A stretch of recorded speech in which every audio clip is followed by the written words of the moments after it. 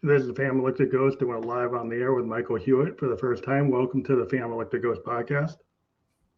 Thank you, Phantom Electric. Glad to be here. It's great to talk to you today. I want to let people know that we are a featured podcast on the Newsly platform. You can see that icon up there that says Newsly, and we got this coupon thing going. So if you get coupon code GHOST, you get 1 month free premium subscription. We will be on Newsly later tonight as an audio only version of the podcast. So we wanted to get that out there to let everybody know. And then we're actually going to get into this episode. We've got your website up for those just listening is www.michaelhewitt.com and then /get.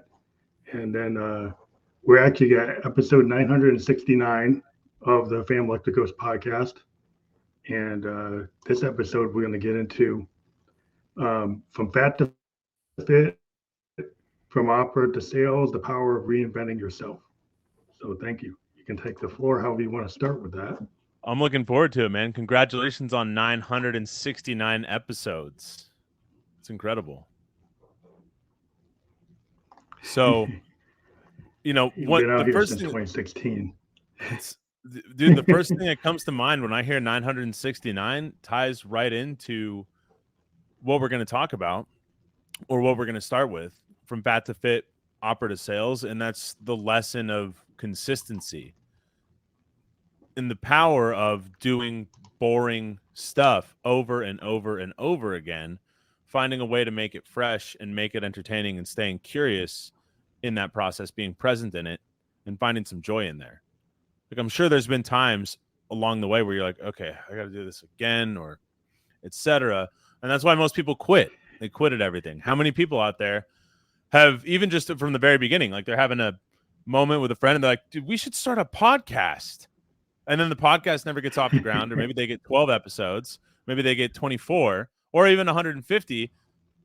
I mean, dude, you're right up there with Joe Rogan. So congrats.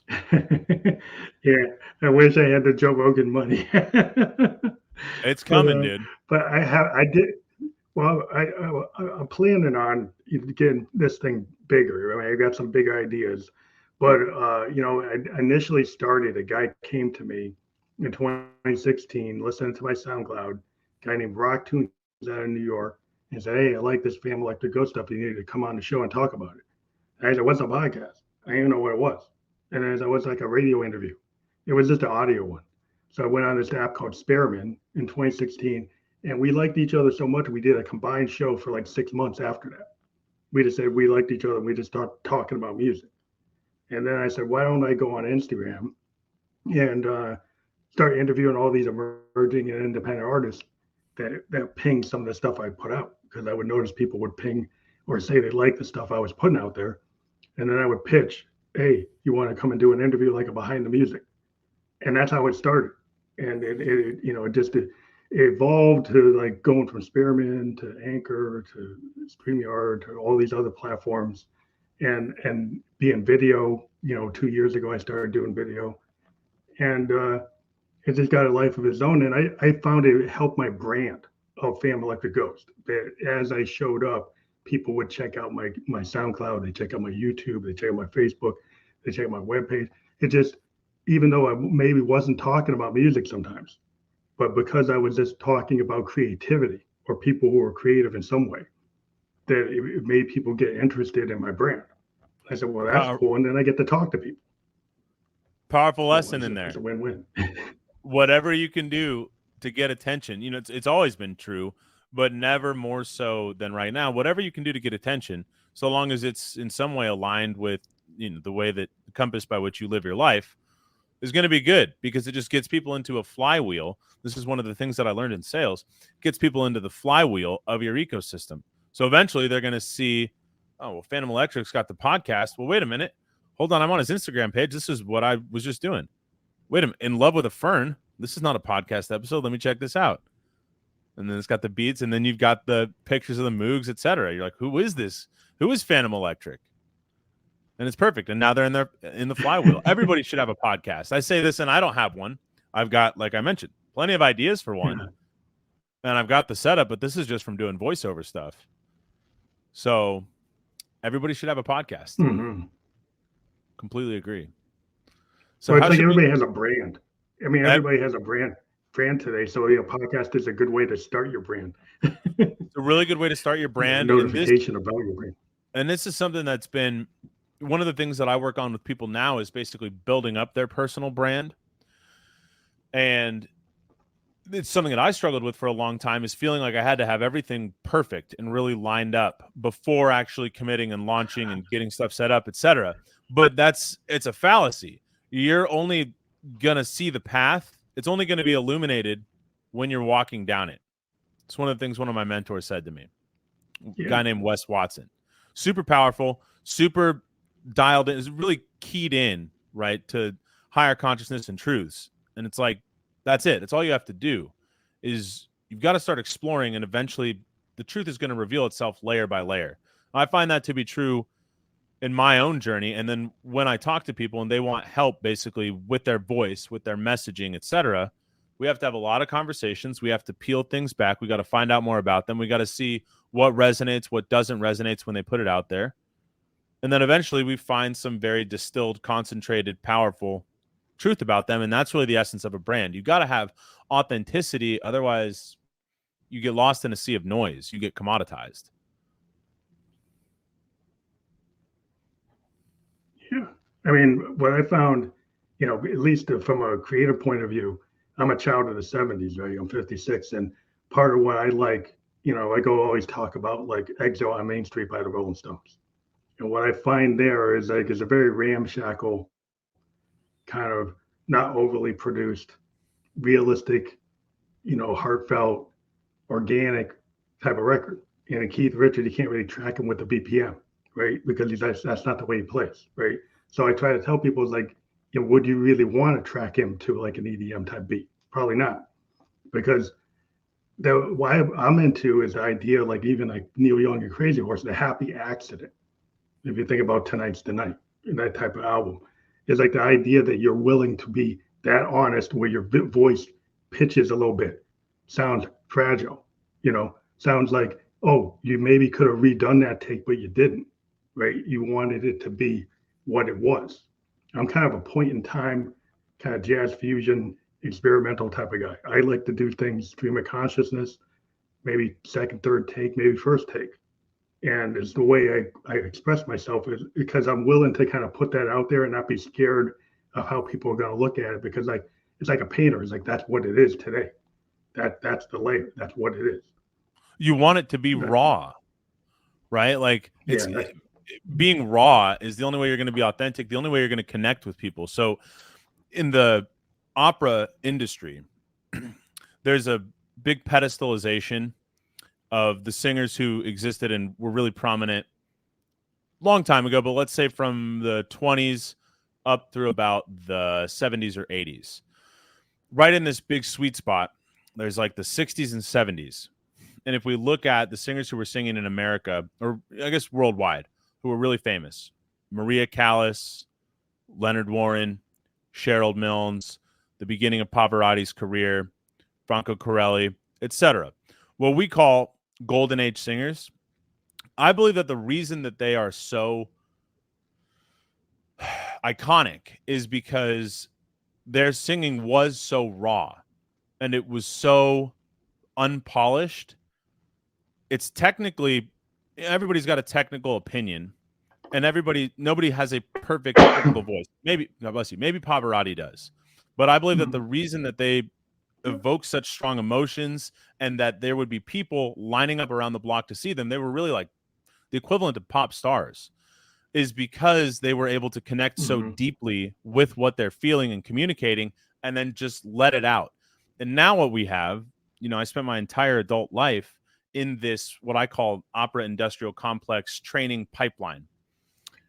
There's a big emphasis on, it's just got to be this perfect sound, this controlled, every note vibrates. And you listen to these icons, it's not that. It's a raw, unhinged, unleashed sound that's the human soul. And that's why when you listen, this is why I think AI is really never going to be a competitor for the human voice, because there's something, it connects you. One of the things that I teach people is a fundamental thing. One of the things I say in the first lesson or time that we're together is that the human ear has a built-in BS detector that works at the speed of sound. So no matter what you're saying or how you're saying it, you can't mimic, or there's a limit to how much you can mimic truth and authenticity. Mhm. And that is going to shine through in every aspect, every vibration of your being. So if you are nothing else, if you are just truthful, it's going to come through. It's going to, your odds of getting what you want, of what you're saying and how you're saying it working the way that you want, are going to compound. So I'm big on that. I love what you're saying Yeah, there. I mean, what I see today, but when I refuse to use the DAW. I mean, I use multi-tracks because I started with Fostex and Tascams, and that's what I used. And people say, well, that's the hard way. I said, well, that's just the way I like it because I let it be what it is. So I'm kind of going and I might overdub and do multiple tracks, but what I'm doing is like I'm actually playing the whole 4-minute song. I'm playing the bass line manually through the whole thing. I'm not going on the grid and cut and pasting it all over the place. So if there are micro timing errors, that's what it is. It's funk or it's jazz or it's fusion, it's whatever, it's punk. That's what it is. I grew up like in the Velvets, Velvet Underground, and people like Bob Dylan in a band and the basement tapes, listening to the basement tapes and saying, well, that's what to me is like real Americana music or real heartfelt music because they were just in there jamming, doing demos. And to me, the honesty of those demos is better than some of the polished songs. The polished songs to me is like, even though when John was saying on Yellow Brick Road, everything was third take. It was it was all being done in a big mansion and live, recorded to multi-tracks. And he said he kind of didn't like what happens today because they try to make it too perfect. And you lose the happy accident. And to me, that's where you lose the honesty of the craft. Like you're saying with the grapes from that Pavarotti and all that, there's a parallel to me in the same even different genres, but it's the same idea. That's what's so powerful about live performances. So we just got back from the Edinburgh Fringe Festival, performing there, and being there for the whole month. We had the show every night at 10 p.m. So I was working during the day, but then you got to be at the show starting at about 9, get out there, flyer, get some extra butts in the seats. But if I had a clear spot on my calendar, I'd be trying to see as many shows as possible. And it had been a long time since I'd been in the audience for live theater. And it reminded me that that live performance is the ultimate medium. It's cool to go see something on IMAX. I've not seen neither Oppenheimer nor Barbie. But seeing something in the theater live, you feel the performer's energy. Yeah. It's visceral. Yeah. People in sales, they love to talk about an energy transfer or a transfer of emotion. Mm-hmm. But there's nothing like seeing an actor or feeling an actor completely dialed in, like an arm's length away, experiencing whatever they're going through on the stage.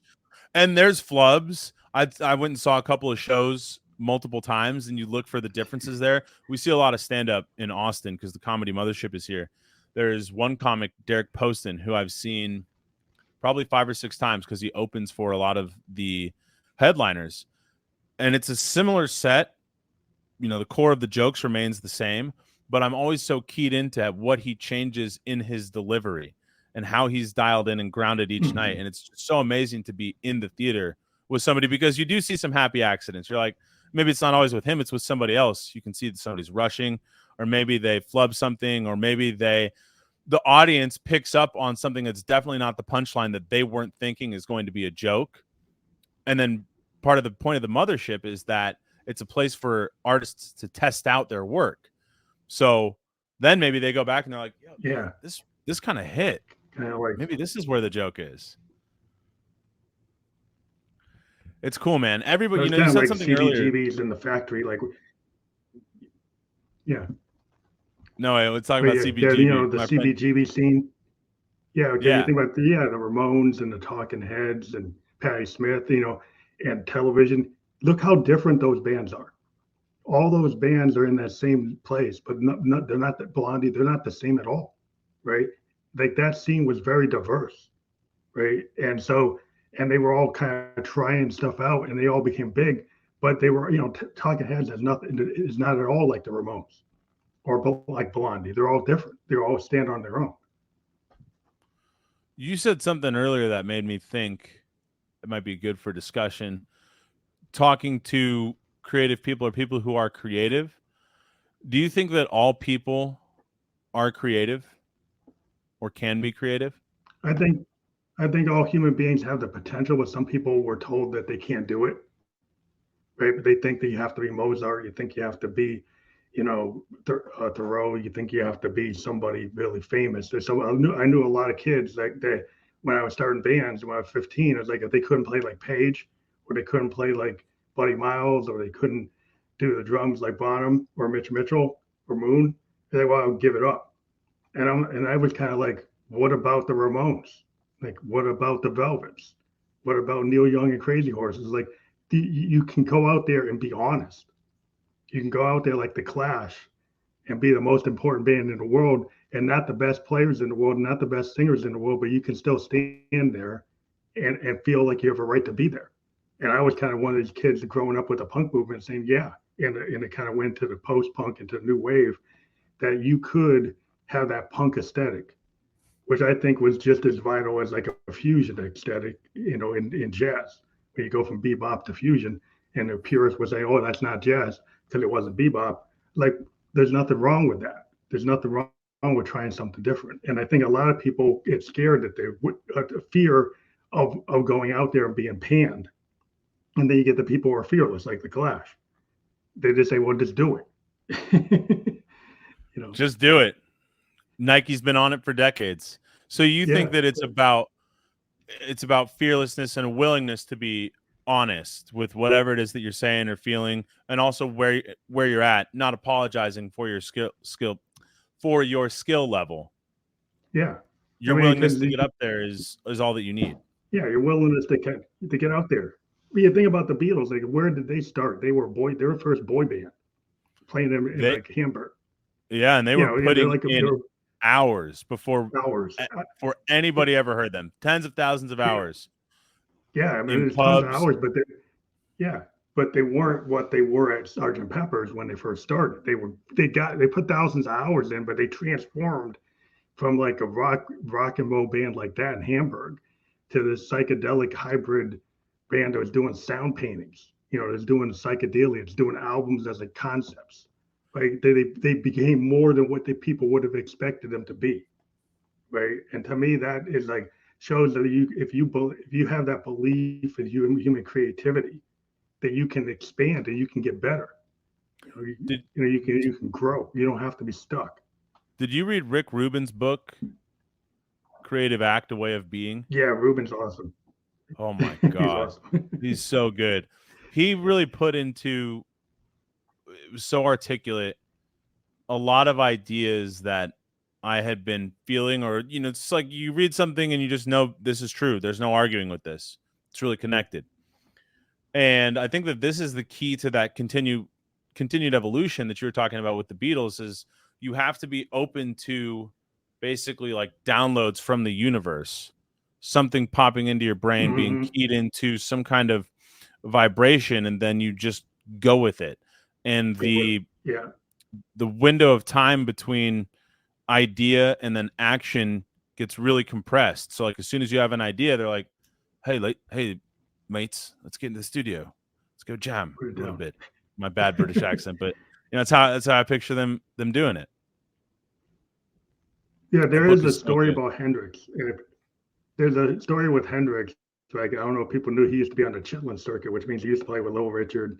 He used to play with the Isley Brothers, and he would get fired because what Hendrix used to do, and he talked about what you just said, during an Isley Brothers recording session, he just started doing some weird cosmic thing that sounds very Hendrixian, that we would know as Hendrix, but he's in the Isley Brothers context, which is an R&B soul band, and that doesn't really work with an Are You Experienced type of riff. But then they asked him, like, why are you doing that? It doesn't fit the song. And he said, the universe gave me this, and I couldn't like, I wanted to put it out there, so I had it because the universe gave it to me, and I had to put it down. And I think that's kind of like Hendrix was in that kind of zone where he could feel this stuff coming from the universe and just kind of to me, it's like you're like a channel.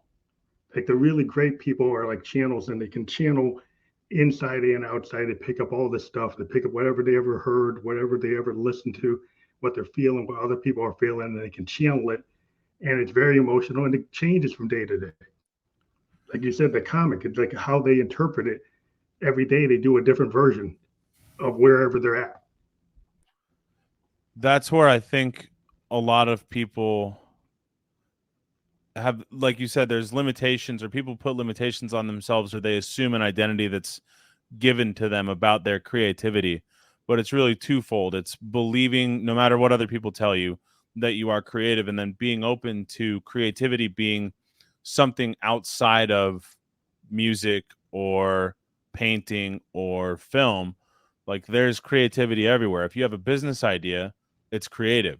You starting this podcast, Yeah. it's creative outside of your identity as a musician. Everything is creative. You know, somebody, if you are scooping steak and rice at Chipotle, you're still creative if you're open to it, in how diligently and like what kind of standard you execute that act with. Creativity is everywhere. And I think that it's vital for people.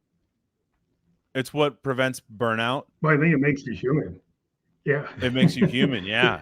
You know, I mean, if you do your day job, yeah, how many artists I've talked to, like 300 artists on the show, and most of them had day jobs, right? Even though, and they would still go 2 o'clock in the morning doing their gig after doing an 8 hour shift or a 12 hour shift, because, and then like they didn't feel tired because the passion was that gig, right?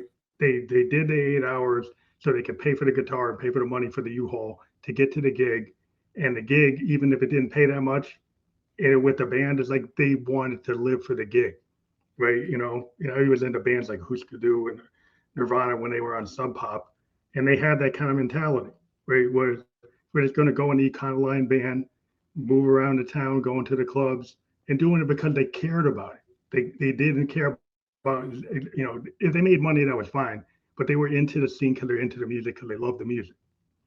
I like what And you if just they said there happen to about get big, like they don't get tired. Like, people have this notion that if you expend X amount of energy, you're going to be tired, or you won't have energy for whatever, is later. But I think that the opposite is true. I found personally the opposite is true. The more energy that I expend, the more energy that I have. You see this in something. It's one of the reasons that I'm so drawn to fitness, is because it's such a literal, tangible reminder of what happens when you are consistent and diligent, focused and present in the process. The more that you are those things, the quicker your results come. But also that you should be not results driven in a certain kind of way, and fall in love with the process, and then you get better results and you have better adherence. But also that I am most energized on days that I train. So hence I train every day, because I want to be as energized as possible.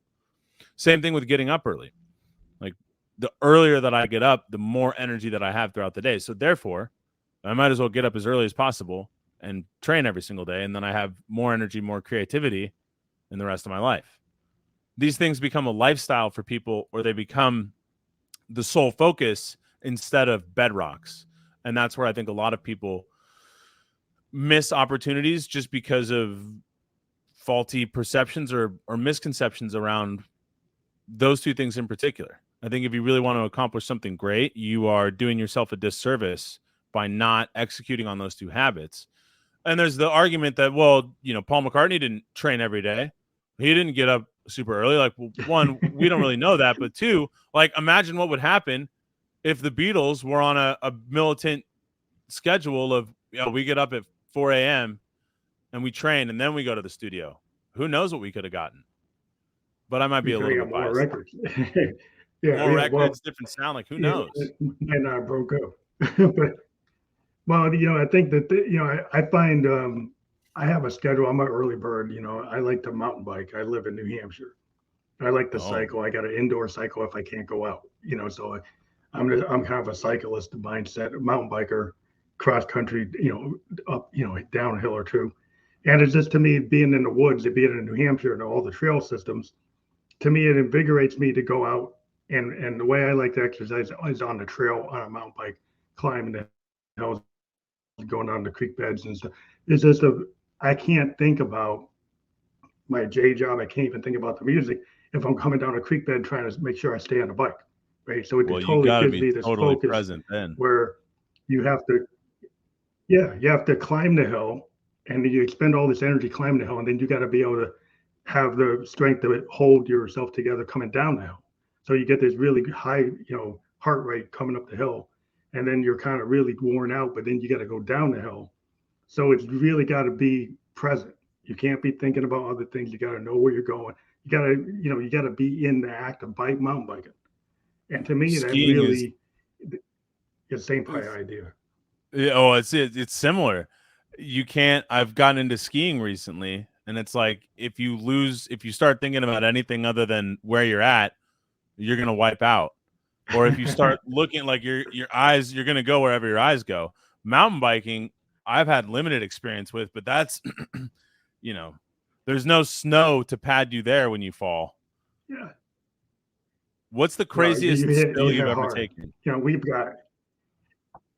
Oh, I had a bad spill of snow. At Killington, I was doing the downhill.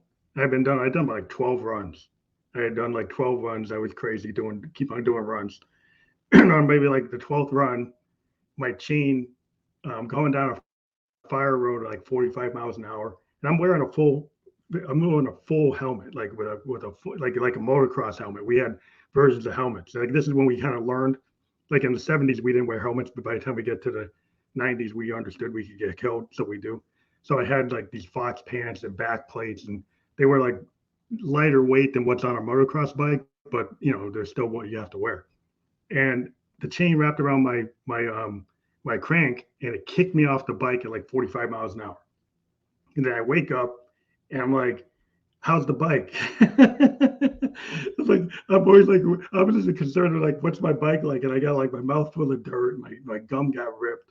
I had to go to the medic and get stitched up on my gum. I didn't break my jaw or nothing, but I got myself knocked out, Yeah, you're and like, I how's didn't my break my $10,000 collarbone, bike which though?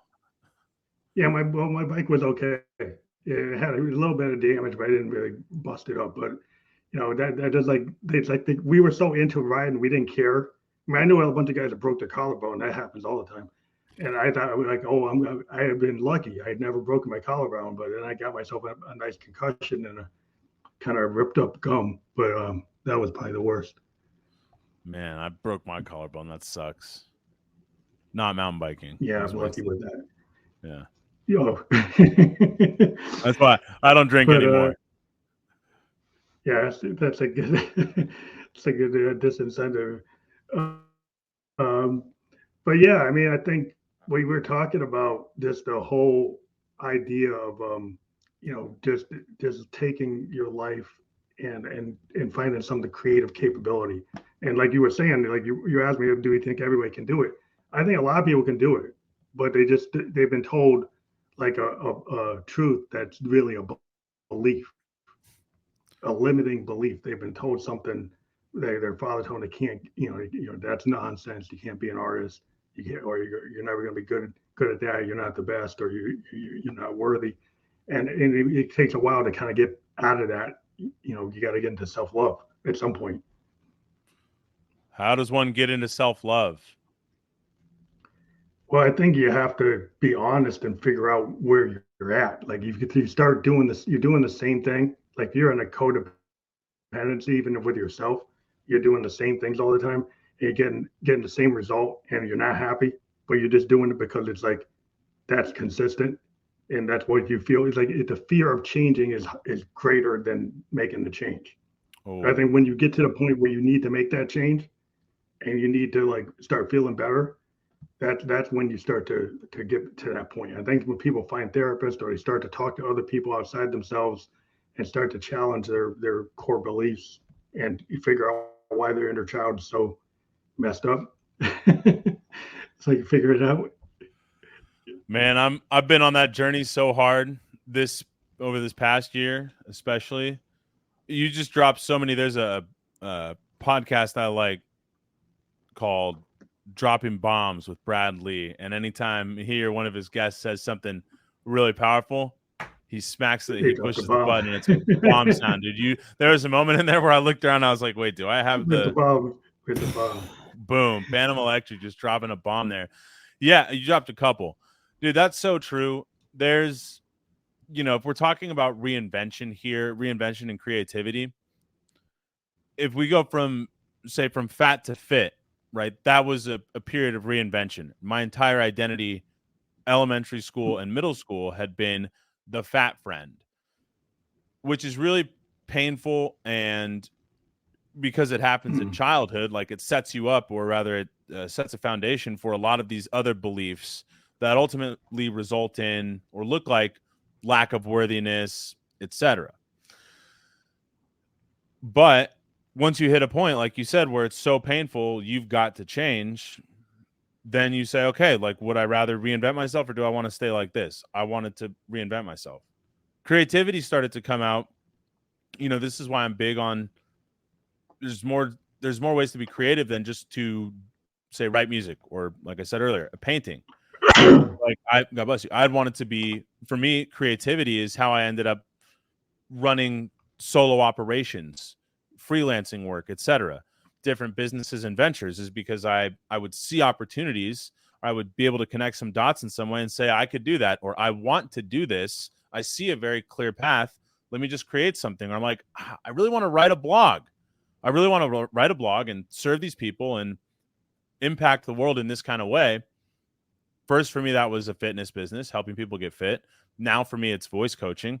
And then inside of there's, again, in the opera industrial complex, like, I love singing. It's my favorite thing in the world to do.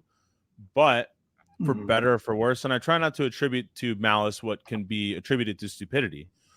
For better or for worse, a lot of singers end up with this codependent relationship with themselves or with the industry, and a lot of people are not being served ultimately in a way that's healthy for them.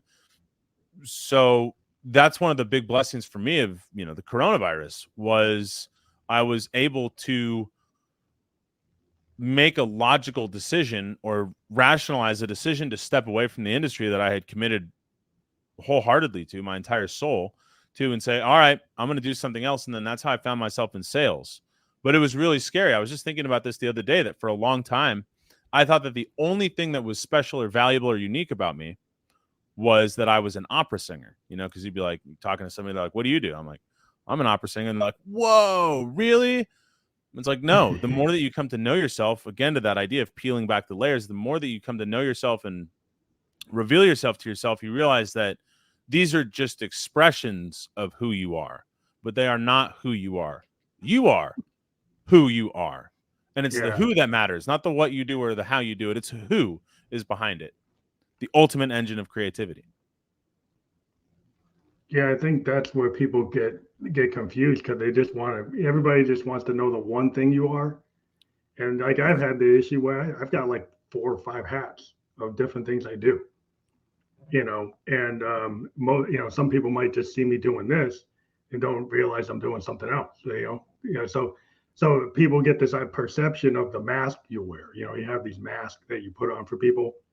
And, I'm in my business mask. I don't look like this. When I'm working with software people in these Fortune 500 companies, like, I'm not Phantom Electric, I'm somebody else. There's more traditional or perceived to be like not what I'm doing now, or like what I do in my music. But like, you have these different roles. And I was always really very enamored with David Bowie, in terms of the way he could present himself in a very theatrical way.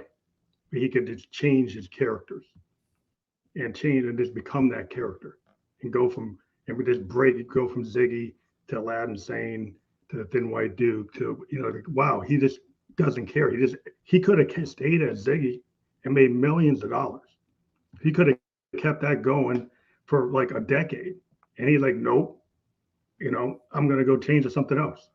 And, I thought that was like really risk taking and very artistic, to be able to explore all the different sides that he wanted to explore. And I always, I don't know if people are willing to do that. You get like a Lady Gaga that does that, but I don't know how many people really do that anymore.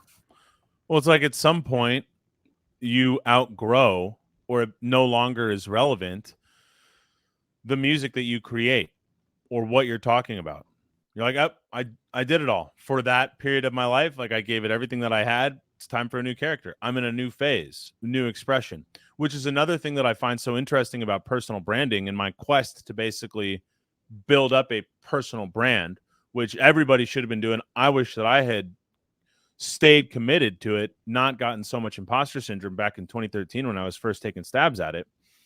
But as you try, for me, as I try to figure out what is the way to connect my authentic self in the real world to the digital space while also discovering more about myself in the authentic world, I started to look at, all right, everything that I do is an expression of myself, whether it makes it on the internet or not. Like my current hair is an expression of myself. Wearing this ring. Dude, a year ago, I was never wearing rings. I was dressing like very conservatively and had close cropped hair, etc. And I was just like, you know what? I think I kind of like Johnny Depp from Pirates of the Caribbean. I think I'm gonna start wearing rings and stuff. Went to Santa Fe and saw two of my friends headlining two different shows. These guys are like two of the most amazing singers in the world. I actually just came off of a voice lesson with one of them. Shout out Matt White. But Matt and Jack are down there singing these two different roles, and Santa Fe, is known for this kind of stuff. And I wanted to commemorate this experience and where I was in my life. So I bought this ring, and now it's like my talisman. Dude, I wear this thing every day, all the time. I picked up this bracelet in Scotland. Cool. I was previously wearing beads, and then I was like, wait, this is really cool. It's copper, and so it's kind of like grounding or whatever. And then this is a perfect segue, dude. Yeah. Also in Santa Fe, I got this hat. Oh, you got your hat. Yeah, because I live in Texas, and I was like, you know what? I'm kind of feeling this cowboy thing. I can't ride a horse. I've never ranched at all, but I like it. It's comfortable. I like it, and it feels like me, at least right now. Yeah. And so that's cool. You get into my wife did this. Like, I don't have this good of aesthetic taste, but it's like, stuff that looks nice and feels nice, which goes back to self-worthiness and self-love. If you have a story consciously or subconsciously that you don't have any self-worth, of course you're not going to lean into saying, I want nice things and I want to express myself and not be afraid of what anybody says about it. And the funny thing about that is people used to laugh about this ring. And then when you just own it, you're like, dude, this ring is sick. You wish you could pull this off. Then they switch to, yeah, that ring is pretty sick. I see you. Yeah, you know about the ring. What's the story with your ring? Then they probably go get one. Yeah, what's the story with your ring? Oh, I got a ring too. I know. But this is like one of those like emerald well, I actually got it from a company that pitches stuff to me, and I didn't know if I was gonna like it, and for somehow it just felt good to me. And I don't know if I can get it up there. I got the wrong angles. You're missing it. Yeah. Wait, there's a company that. But there we go. Cool. Yeah, they sent it to me, and I didn't know if I was actually even gonna like it, and then it's like a birthstone type of thing, but it's I've forgotten about it, but I just wear it so much because it just felt comfortable to me, and it just became part of my look, having that. And this, I got older, and I decided like my hair was going, and I just decided to shave it all off instead of trying to go grow hair. And it's like, you know what? I just like own this look, and it's like, hey, that's kind of my look. And I didn't really care. It's like, fine, I'm not going to go try to grow hair. I'm losing hair. That's where it's supposed to be.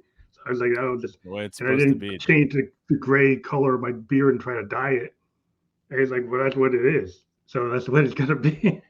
Dude, I used to shave my head because that's where I was then. There's something about hair. It's like it's deeply tied to your identity. Like, it's powerful, and it's okay to change.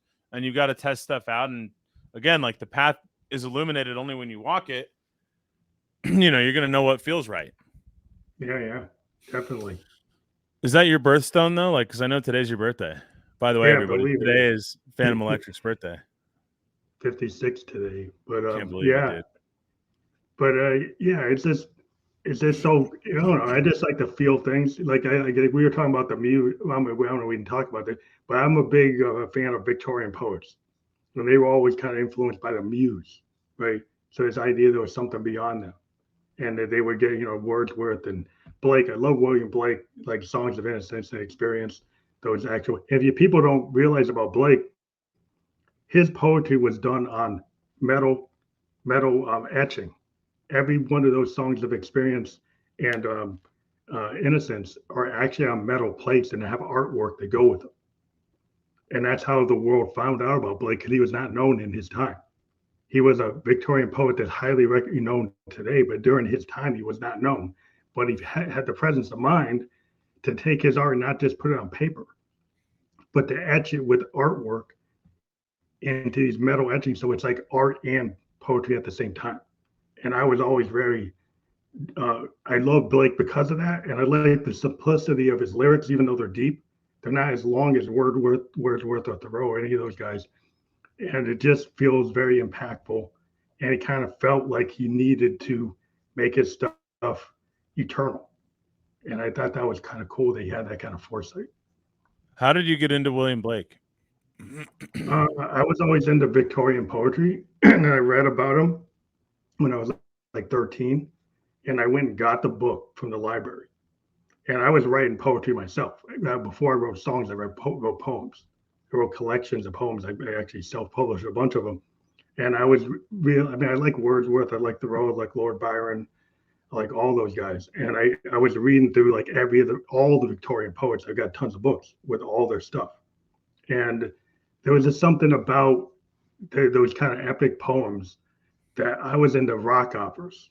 I was into things like from the Who and Tommy and all that stuff. And I felt like Pete Townsend was taking some of that literary stuff of those ideas and trying to do these deeper, things like Shakespearean type of level with Tommy. He's trying to Quadrophenia. He's trying to do a bigger statement because he was an art student and he was trying to take music, but at the same time he had this punk aesthetic.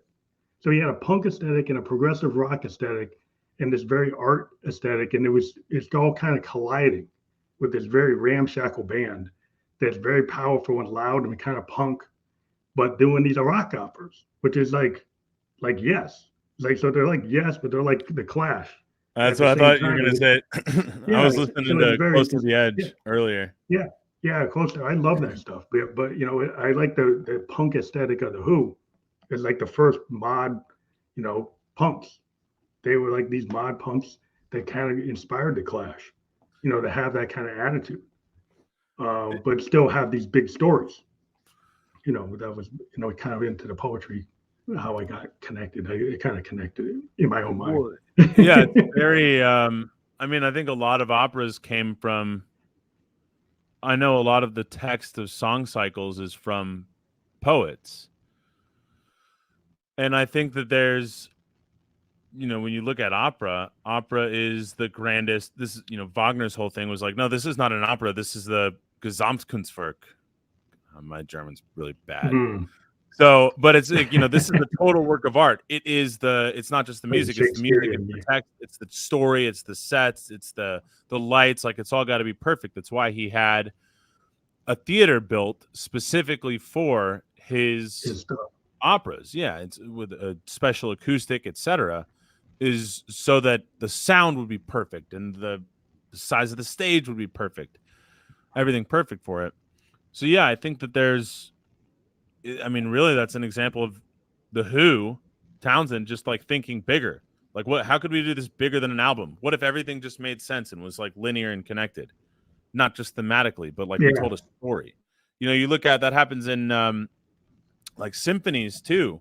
The programmatic symphony is not just, it follows the structure and there's the same motifs over and over again, but it's like Berlioz's Symphonie Fantastique. This dude is heartbroken and takes some drugs, and the symphony follows him on an intense drug trip through this nightmare. And there's a program, like a narrative to it. You got to think bigger. Yeah, that I don't know. That was the thing I loved about that era, when you have bands like Yes and Peter Gabriel version of Genesis. Those are rock operas too. If you ever listen to early Genesis with Peter Gabriel as the lead singer and Phil Collins on the drums, but not singing yet.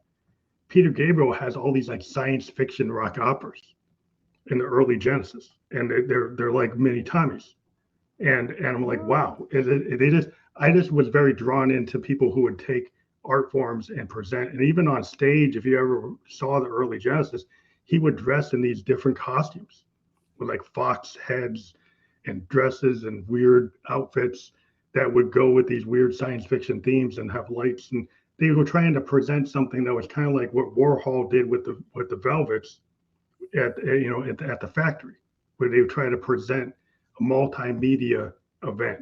And even I think if you get into like um, the uh, the Mothers of Invention and Frank Zappa, he was in the same kind of collective in San Francisco. They had these really big art shows that had actors and musicians and artists and light shows, and it was all kind of like these big multimedia events, kind of trying to push it beyond what it was. Not just the music; it's like a whole happening. It's connected to art and everything. You know what that makes me think of? That what you just said about San Francisco makes me think of the importance of community for artists, community for anybody. If you're trying to push the envelope or push the boundaries of whatever craft you're in, you've got to be in not just meeting online, but you've got to be in physical proximity to other people on the same path as you. That's one of the reasons that Silicon Valley gets a lot of credit for what it has produced over the past couple of decades, is because everybody flocks there. And this is how I felt at the Fringe Festival. Is like everywhere you go, you'd stay after shows and you talk to these people whose show you just saw, go get a, smoke a cigar with them, chop it up a little bit, and you're just like, I could do this. The difference between what I don't have and what they've put on is audacity. And I'm inspired by what they're doing. I want to do this.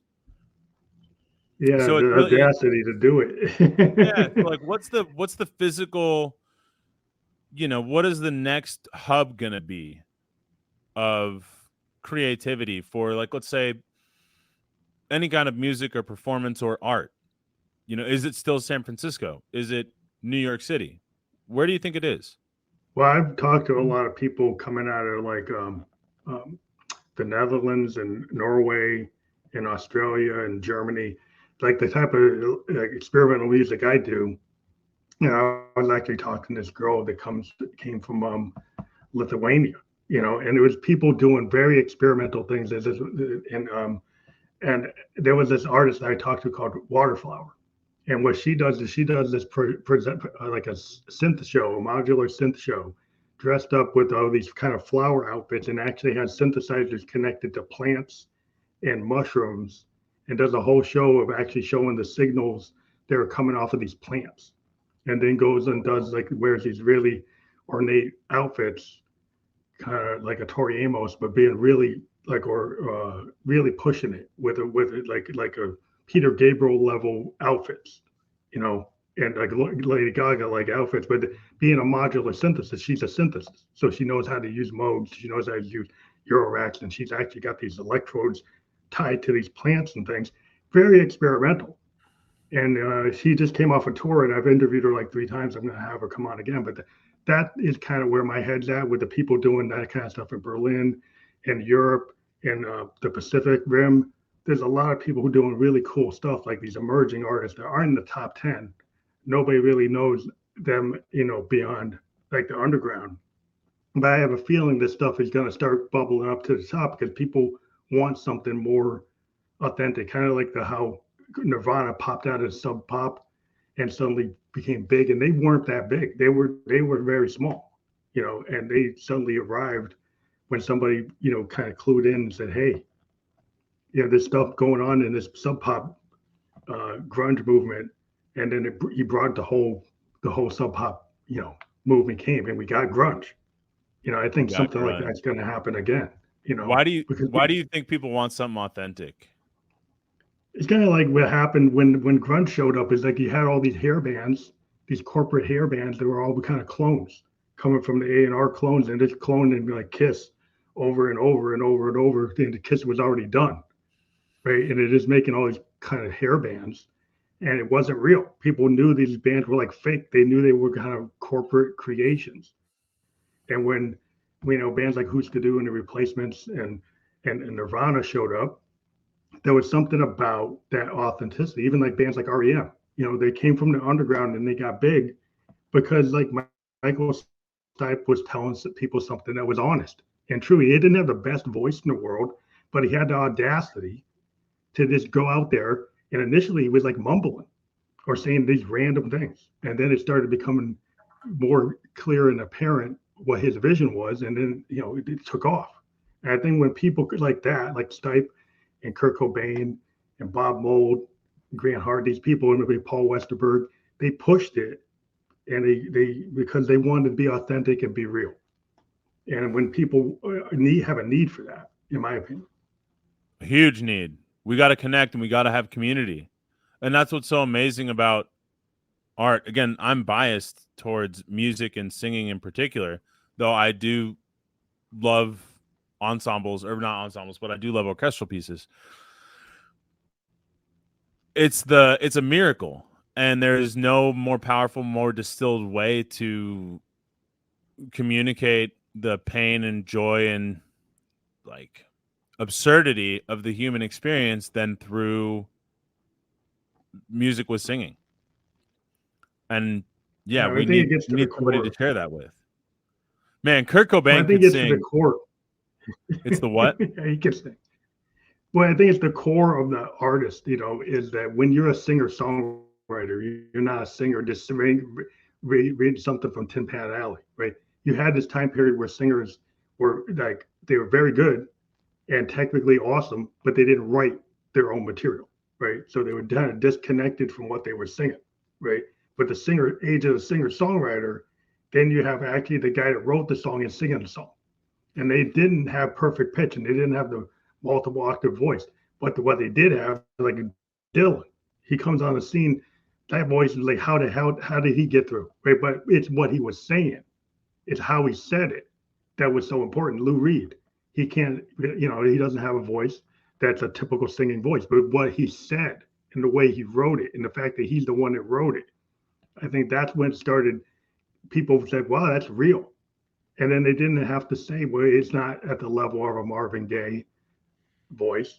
It's not an Otis Redding voice. It's not a Frank Sinatra voice, but it's still an important voice to hear that. And people, I don't know if today they're kind of reverting back to the. Oh, well, yeah, today it's all just, it's like you said, it's corporate and it's auto-tuned to shit. And, Taylor Swift can really rock, though. I mean, I think that's why people love her so much, because she writes all her songs. Well, she's a singer, she's a singer. She doesn't have an amazing voice. But she's got that tradition. She just got mega big. It's kind of like Carole King, or you're thinking about like Tapestry. She's kind of doing that level work in this age. But what made Frank Sinatra though what I think, for my money, the most amazing singer of all time is that, he did write or is credited on like a handful of songs, but every song that Frank sings, I have to remind myself, this came out of the Great American Songbook. He's not reading from his autobiography right now. And yes, his voice is technically, man, it's so perfect. I'm always subject to whatever I'm focusing on, technically myself. What I'm working on, I will listen to one of the greats and I'm like, oh, wow, they're doing that. So they've got so much of that in their sound. I've never noticed it before because I wasn't looking for it. But and I think it goes back to what we were talking about earlier with the icons of the opera world, is that he's so connected to the text, what some people would call acting, so deeply that it sounds like he wrote it. Well, yeah, you have a great singer like that, they actually interpret it correctly, right? So you have these great singers, and there's a lot of Motown singers like that.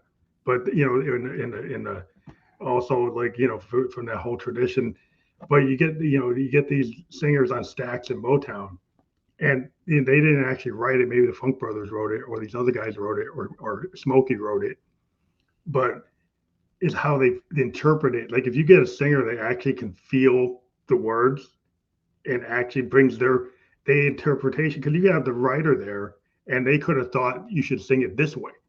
But then, you know, Marvin takes it and says, no, I'm going to sing it this way because that's the way I felt it. And I think Frank actually read it and then felt it with his own edge. You know, he put himself into it. He read into it like a method actor. You know, reads the script and takes it over.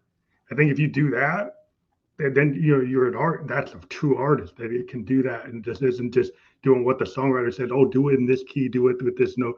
No, I'm going to look at what you gave me and I'm going to interpret it like a drummer interprets something I give them and actually makes it better than I could ever do on my 808. If it's authentic and it's raw, it's never going to be wrong. Yeah, it's like that's what if people who go and try to make something too perfect or say that it should be the way they envision it. I've always kind of like if you're in a group of people putting something together, I kind of defer to somebody's, you know, a saxophone player. I could write it on my keyboard, but I'm going to defer to the baritone player how he interprets it and let him go with it. I'm not going to go tell him to fix it. Why would I tell him to fix it? That's how he interprets it. As we were talking about, you know, Nike earlier. Just do it. It's like just ship it. You know. Done or wait, what is it? Perfect is the enemy of done. Something like that. Just ship it. Just get it out there. Something like that. I'm very much like if somebody gives me like 10 takes, I'll go with the second or third, you know, the earlier takes, because I find people correcting themselves. Dude, I find people do that taking honesty out of what they did. When I record myself when I practice now, and I continually find, for the most part, my earliest takes are the best. Unless I'm like, okay, wait a minute, I'm having like a major technical breakthrough. And the last take is the best technically, but it is rarely the most connected, spontaneous one. It's the first ones that are like way more in the moment. Yeah. Well, it kind of gets at the heart of like when you're in that creative thing. Like if you feel that the muse gave it to you or the universe gave it to you, those first takes have that kind of feel the universe gave it to you, right? But what happens is your logic brain comes in and starts to edit that and say that, well, that's not right, right? And so it starts to go and change it. And that's where I find that's where people make the mistake is like then you actually start rewriting what was actually perfect in its imperfection. Yeah, like it's like why did that song even pop into your head? Why did your voice all of a sudden feel warmed up just or you know lined up just enough for you to go sing this song? Go sing it and get out of the way of it. Yeah. Are we gonna sing you happy birthday? Oh yeah, if you want to. Want to get a happy birthday? I don't know. Would that be a good part of the show or not good part of the show? No, that's fine. I mean, it's my birthday. No one's done that for me before, so that's cool. How do you want to celebrate your birthday? Be interesting. Yeah. Happy birthday to you. Happy birthday to you. Happy birthday, Phantom Electric.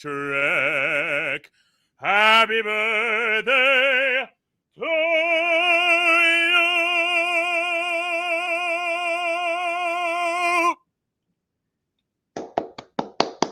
I'm afraid I might have blown out this mic. Now can you sample that and like lay something down on the Moogs later? Later I can birthday go back funk remix. Yeah.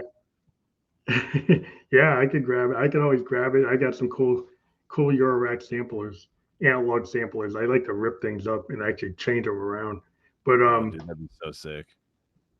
Yeah, it's just fun to talk about, you know, music with another musician because you know, I talked to a lot of different people today, but I've always tried to continue the thread of creativity and using music to connect people because whether you're a CEO or a shaman or a life coach or a therapist, you know, usually music is something everybody can understand. And I've always, with this show, I've tried to connect it to how people use it in their lives or use it as an art therapy or just a kind of soundtrack of their life to help them through a bad time. And I just think it's important. It helps communication. You know, if you understand music, you start to get out of your shell. You go deal with other people. You go to a show. You connect with other people. You connect with feelings, and I think that starts to open up.